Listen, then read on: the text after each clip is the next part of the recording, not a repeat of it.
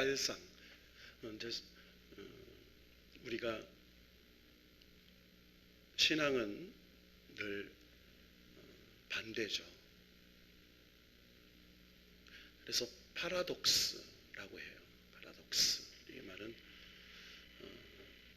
역설적 진리라는 말이죠.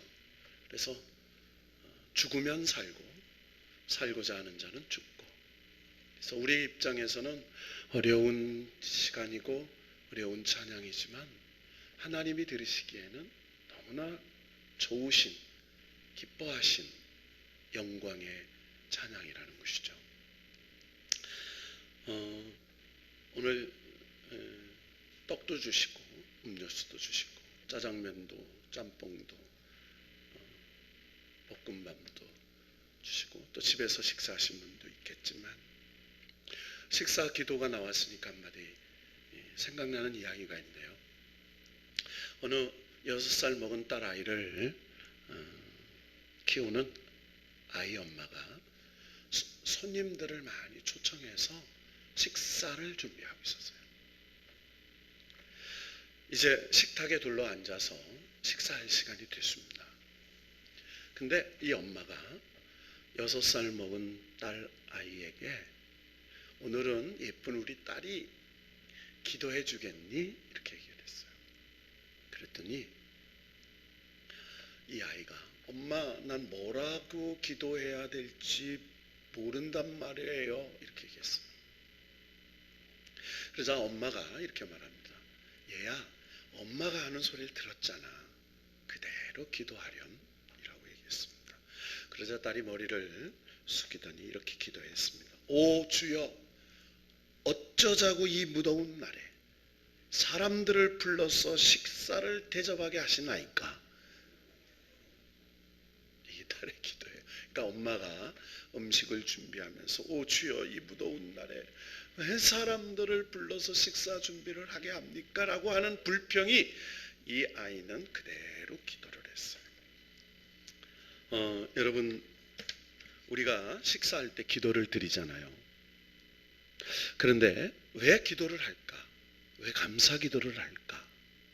여러분 우리가 신학적 의미로 들여다보면 한 끼 식사를 할 때 한 끼 뭐 할 때?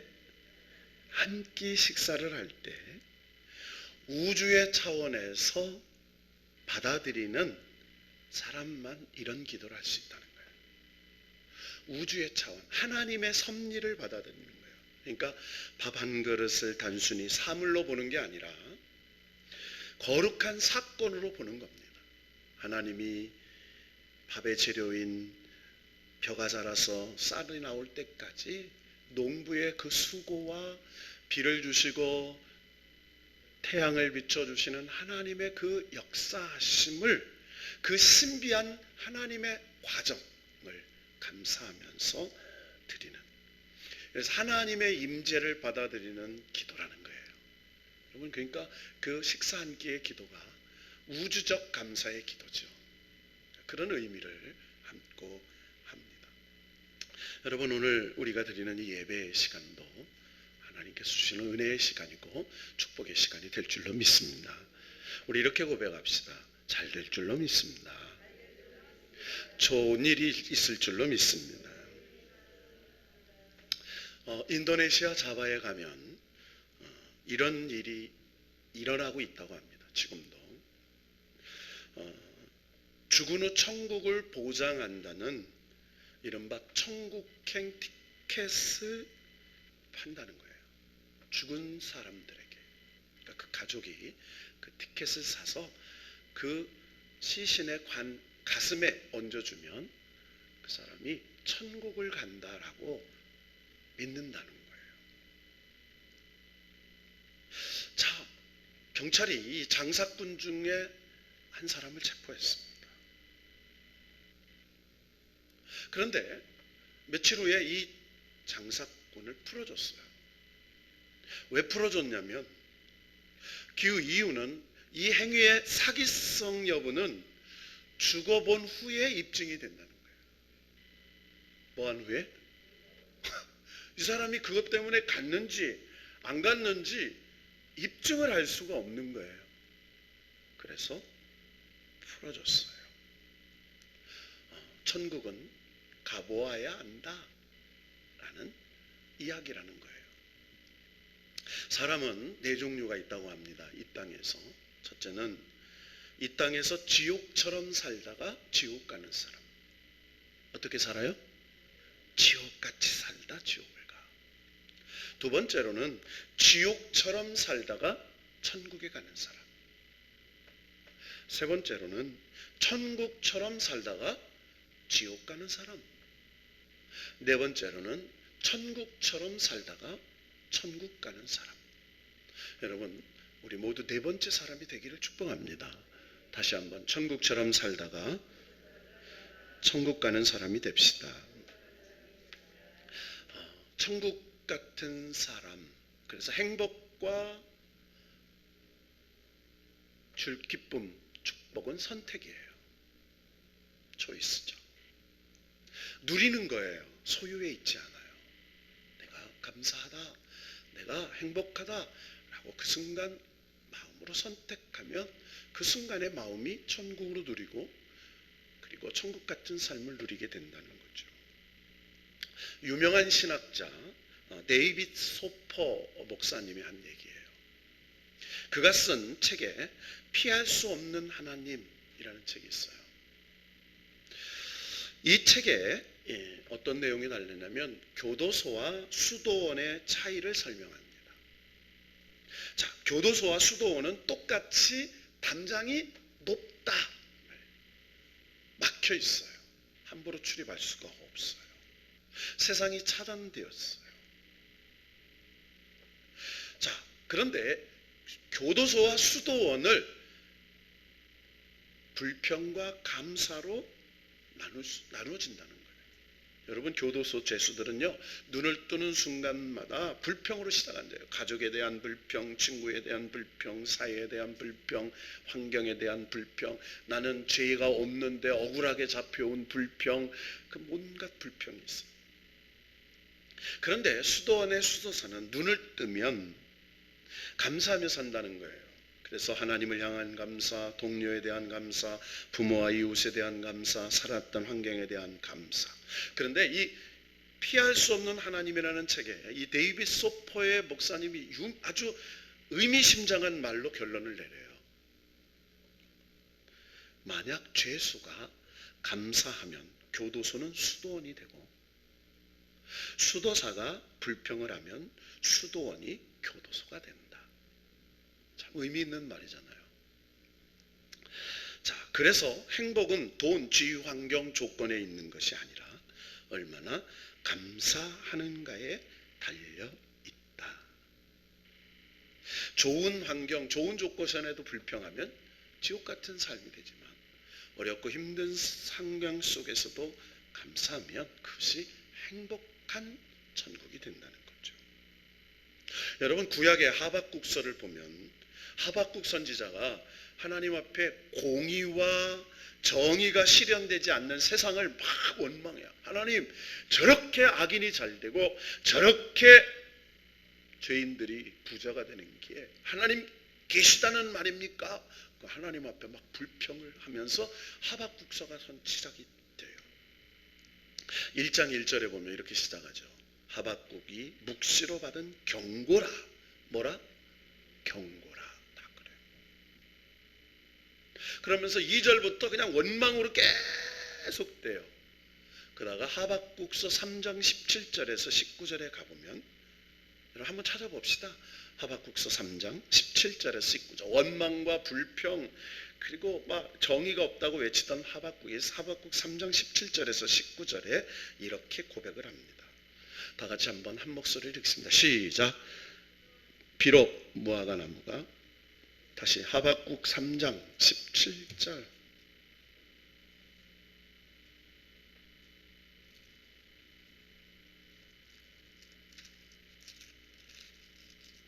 시작. 비록 무화과 나무가 무성하지 못하며 포도나무에 열매가 없으며 감람나무에 소출이 없으며 밭에 먹을 것이 없으며 우리의 양이 없으며 외양간에 소가 없을지라도 나는 여호와로 말미암아 즐거워하며 나의 구원의 하나님으로 말미암아 기뻐하리라. 주 여호와는 나의 힘이시라. 나의 발을 사슴 같게 하사 나를 나의 높은 곳으로 다니게 하시리로다. 아멘. 여러분, 요 3절에 보면 17, 18절 다 없어요. 열매도 없어요. 소출도 없어요. 외양간에 소도 없어요. 다 없어요. 그런데 기뻐하고 즐거워해요. 하박국이 원망과 불평으로 시작했는데 감사와 찬양으로 끝을 맺어요. 자, 왜 그랬을까? 하박국 분명히 이렇게 말하죠. 하나님은 상황과 조건이 바뀐 게 하나도 없습니다. 뭐가 바뀌었어요? 하박국의 마음이 바뀌었어요. 뭐가 바뀌었다고요? 마음이. 상황과 조건은 안 바뀌었어요. 근데 하박국 선지자의 마음이 탁 바뀌니까 하나님을 만나고 마지막에 공정한 심판이 있음을 들은 후에 감사의 찬양을 드려요. 하나님은 반드시 공의와 정의를 세우시겠다라고 말씀하신 걸 듣더니 하박국의 마음이 바뀌었어요. 감사와 찬양으로 시작을 합니다. 여러분, 히브리서 9장 27절에 보면 우리가 너무나 당연한 말씀이 나와요. 한 번 죽는 것이 사람에게 정한 것이요 그 후에는 뭐가 있으리라? 심판이 있으리라. 따라합시다. 심판이 있으리라. 심판이 있으리라. 한 번 정해졌어요. 죽은 거 그리고 심판. 죽음과 심판.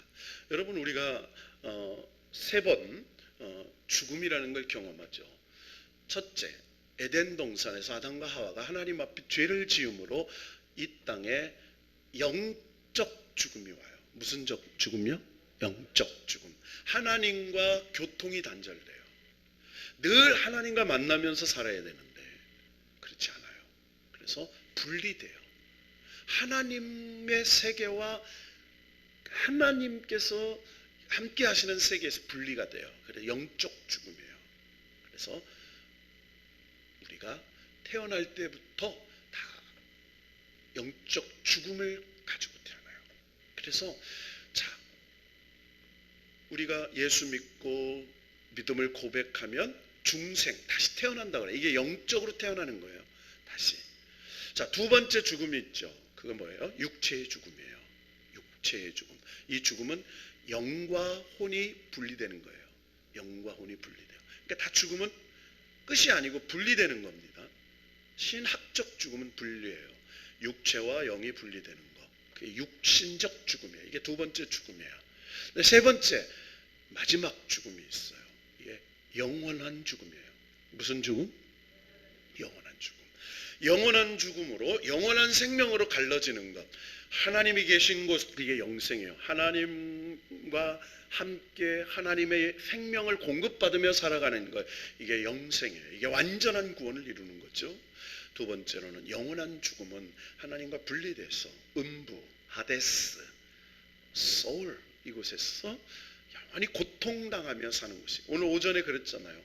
여러분, 음부는 뭐예요? 고통이 있는 곳이에요. 그렇죠?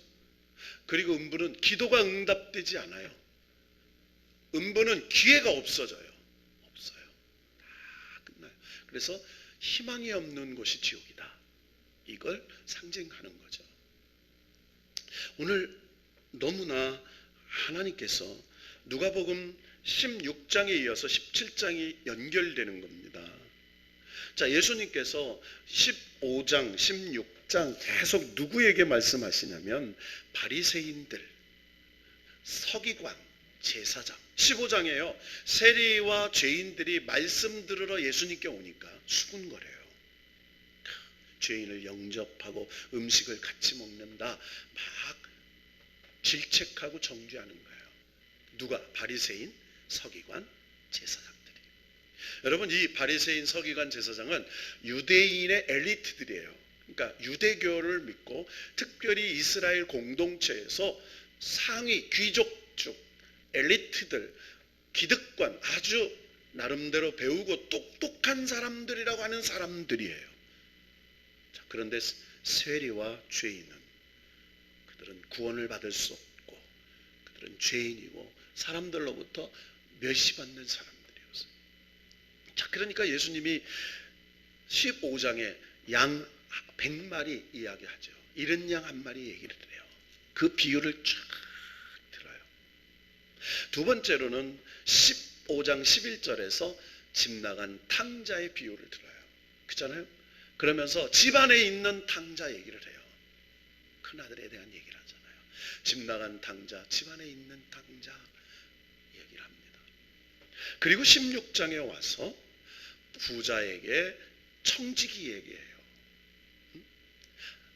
그래서 청지기가 주인 마음대로 막 탕감해주는 이야기를 하죠. 그리고 14절에서 18절에 율법과 하나님 나라의 복음에 대해 얘기하다가 오늘 부자와 거지 나사로 얘기를 연결합니다. 자, 유대인, 바리새인, 제사장이라고 야, 그 부자처럼 천국 가는 거 아니야. 너희들이 성전에 가서 하나님 앞에 그렇게 형식적으로 아브라함의 족속이라고 당연히 구원받는다고 생각하면 착각이야. 아니야. 이방인이라도 누구라도 이방인이라도 하나님이 택한 사람이면 구원을 받는다. 자, 그러면서 오늘 주님께서 오늘 본문의 얘기를 누가복음 17장 11절에서 19절의 얘기를 딱 하세요. 자, 그러면서 오늘 뭐예요? 납병 환자 10명의 이야기를 합니다. 우리가 너무나 잘 아는 얘기니까 설명을 하지 않겠어요. 납병 환자가 예수님께서 사마리아와 갈릴리 사이로 지나가요. 어디를 지나간다고요? 여러분, 사마리아는 뭐예요? 사마리아인들, 개 취급하는 사람들이 사는 곳이에요. 그러니까 유대인들이 가장 멸시하는 사람들이에요. 그리고 갈릴리는 여러분 알다시피 갈릴리 호수가 있고 거기에 가버나움 회당이 있고 나름대로 유대교를 잘 믿는 사람들이 모여 사는 곳이에요. 그러니까 사마리아인과 갈릴리 사이를 지나가세요. 그런데 한 마을을 지나가시는데 10명의 납병 환자가 몇 명?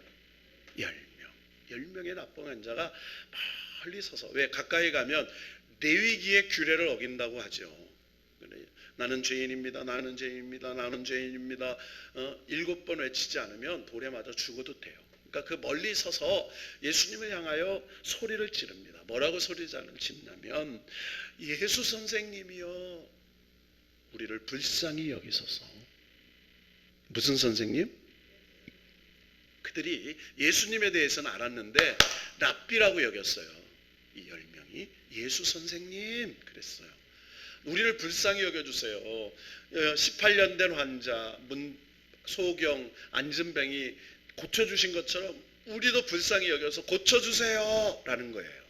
여러분, 불쌍히 여겨달라는 건 지금 나의 형편과 사정에서 노임을 받게 해달라는 거예요. 자, 그러자 예수님께서 이렇게 말씀하시죠. 그들에게 14절에 보시고 이르시되, 따라합시다. 보시고 이르시되. 여러분요, 굉장히 중요한 단어예요. 하나님이 보셔요. 그러니까 예수님이 보세요. 그러니까 집중해서 보시는 거예요. 다 감찰하시지만 하나님이 특별히 보시는 분이 있어요. 그 순간에. 그러니까 하나님이 보셔야 돼요. 그래서 크로노스와 카이로스가 만날 때 기적이 일어나요. 하나님의 능력과 우리의 시간이. 그래서 하나님이 딱 보셨어요. 예수님이 보셨어요. 소리 안 지르면 보셨겠어요? 지나가시죠. 그러니까 보셨어요. 그러니까 우리가요, 간절하게 기도하고 하나님 믿음으로 한다는 거, 하나님 눈에 탁 주목될 때가 있는 거예요. 하나님, 우리 옆 사람 축복해 합시다. 하나님의 눈에 주목되시기를 바랍니다. 주목돼야 돼요. 주목. 오늘 지난 금요일이었어요. 금요일. 갑자기 물이 안 나와요. 그래서 제가 툭 내려왔어요. 상수도가 막혔나? 그래서 수도가 어떻게 잘못 내려왔더니 안산시청에서 상수도 관리하는 분이 저희 교회 뚜껑을 열고 뭘 막 하고 있어요. 뭐 하세요? 그랬더니 목사님이세요? 죄송합니다. 물이 안 나오죠? 네. 제가 이 계량기를 교체하고 있습니다. 왜? 고장났나요? 그랬더니 아니요. 이 계량기는 거의 10몇 년, 17년이 돼가지고요. 겨울이 오면 동파가 됩니다. 몇 번 됐거든요. 그런데 요번에 새로 나온 것, 몇 주 전에 새로 나왔대요. 새로 나온 건 반영구적이래요. 아무리 추워도 동파가 안 된대요. 그런데 몇 개가 나왔는데 지나가다가 교회 갈아드리고 가야 되겠다. 뭐 하고 가야 되겠다? 그 분의 눈에 이 교회를 갈아드리고 가야 되겠다. 그래가지고 그건 녹도 안 쓸고 뭐 주역, 주석, 아연 뭐 하면서 혼자 막 땀을 흘리며 공사하고 있는 거예요. 그래서 제가 그 얘기를 들으니까 얼마나 감사해요. 감사합니다. 이건 다 갈아주는 거 아니잖아요. 그럼요. 몇 개 나왔는데 우리 관공서에 갈으려고 하는데 갑자기 지나가다가 교회 갈아드려야 되겠다 그러면서 하는 말씀이 안산제일교회 교인이에요. 교인이 하나님 교회를 보고 갈아드려야 되겠다. 그러면서 금요 기도에 있으세요? 네. 기도하시나 봐요. 그럼요. 늘 기도하죠. 그랬더니 딱 갈아주셨어요. 그래서 제가 너무 고마워서 사무실에 와서 홍삼 엑기스 하나 그리고 또 이 비타C 500을 2개 들고 서 있었어요. 자, 한 20분 공사를 하더라고요. 그래 다 마쳤어요. 근데 뚜껑 안 달고 간증을 하기 시작하는데 뭐를요? 네, 제가 목사가 서서 설교를 듣고 간증을 듣고 무려 1시간을 간증을 하는 거예요. 그러세요? 네, 감사해서 자르지도 못하고 그러시군요. 제가 긴 반바지를 입었거든요.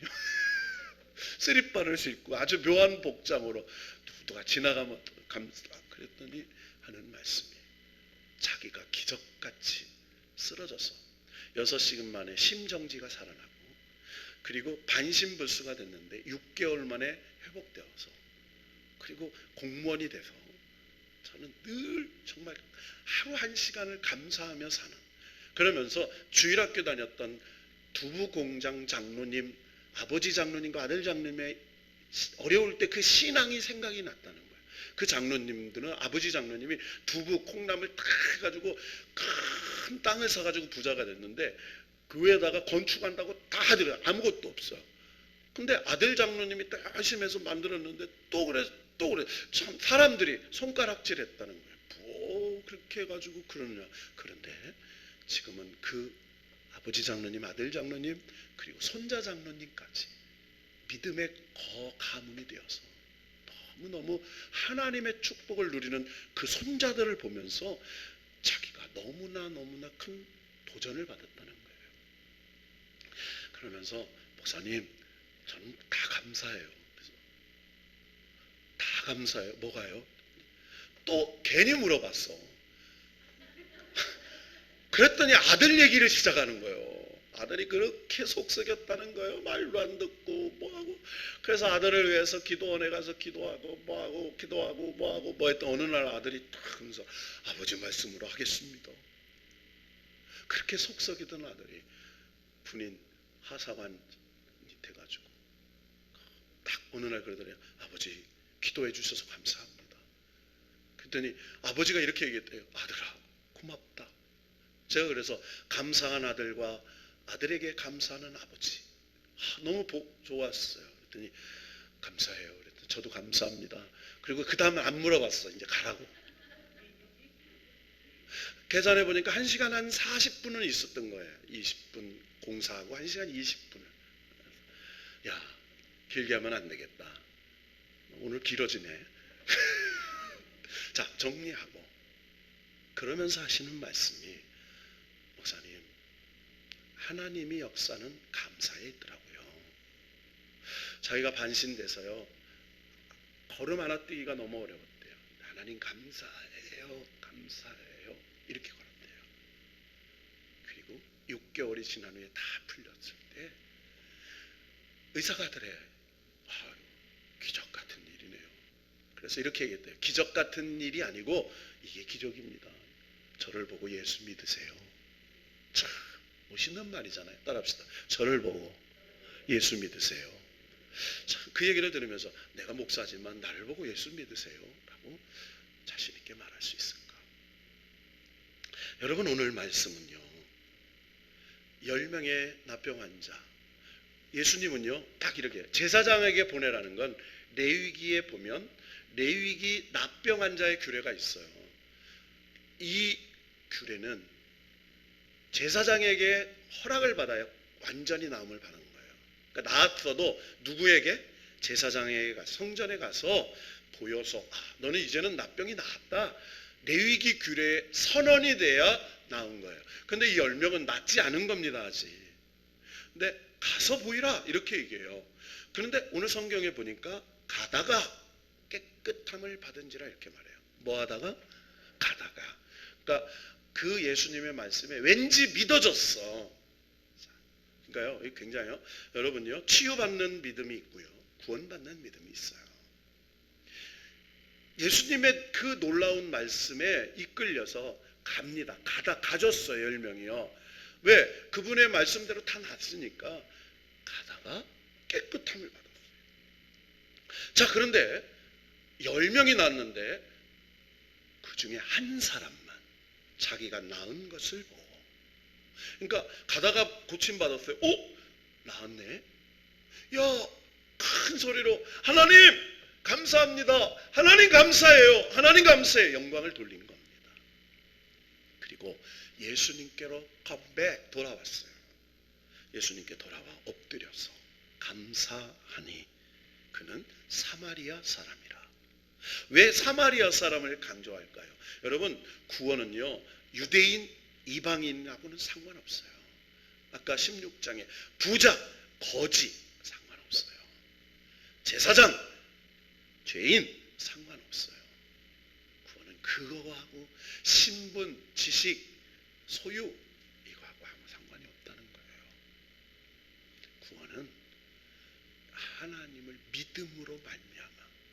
따라합시다. 하나님을 믿음으로 말미암아. 여러분, 구원은 뭐예요? 구원은 하나님의 역사를, 하나님을 받아들이는 겁니다. 하나님을 받아들여요. 따라합시다. 구원은 하나님의 역사를 받아들이는 것이다. 구원은 하나님을 받아들이는 게 구원이에요. 여러분, 우리가 구원받았다 이런 말을 많이 하잖아요. 그 말은 하나님에게 받아들여졌어요. 내가 하나님에게 받아들여지니까 하나님의 생명이 회복되는 거예요.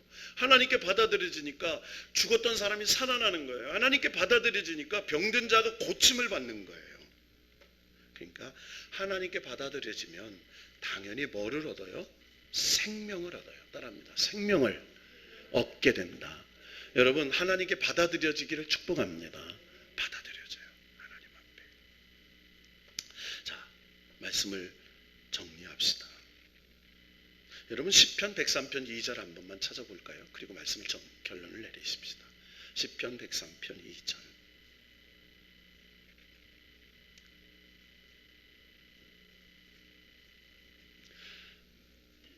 다 같이 읽습니다. 시작.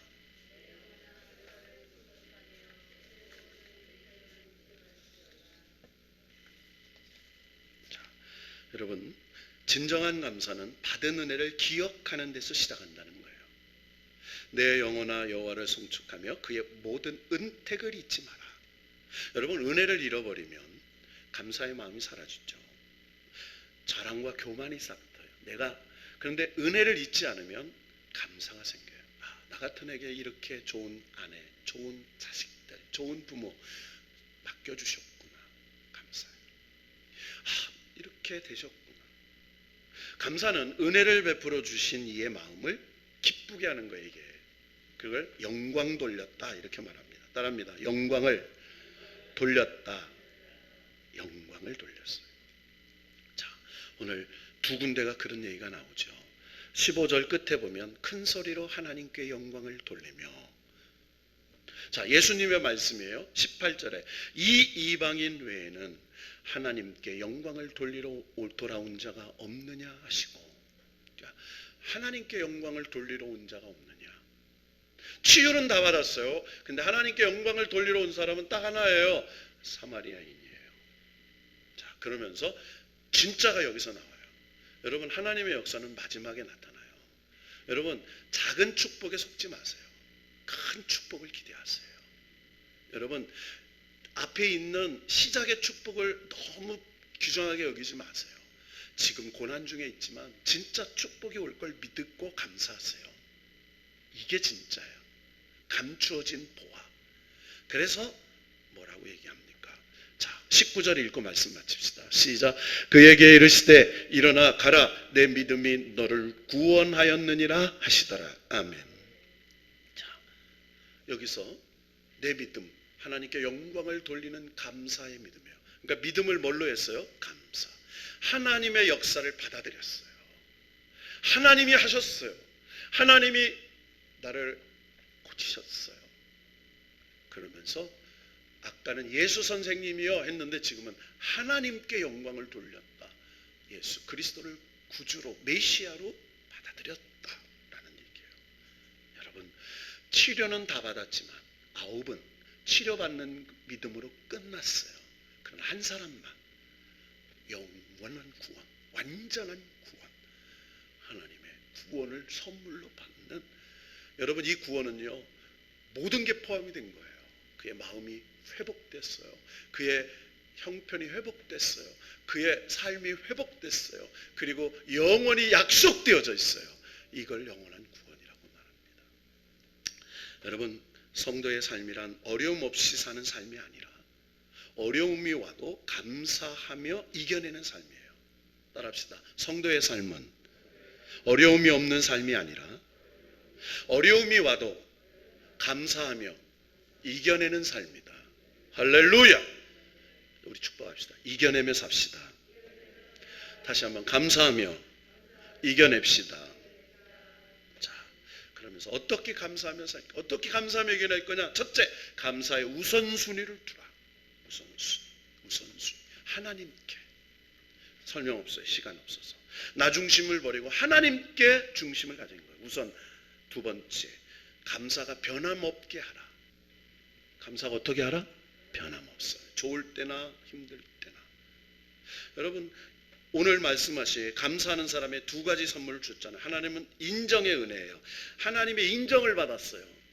이게 축복이죠. 하나님 인정받는 것만큼 큰 복이 없다. 너 인정한다. 둘째는 구원의 은혜. 일어나라, 내 믿음이 너를 구원했다. 여러분, 구원의 은혜에 비하면 치유의 은혜는 작은 거예요. 이 감사로 진짜가 열리는 거예요. 진짜 큰 게 열리는 거죠.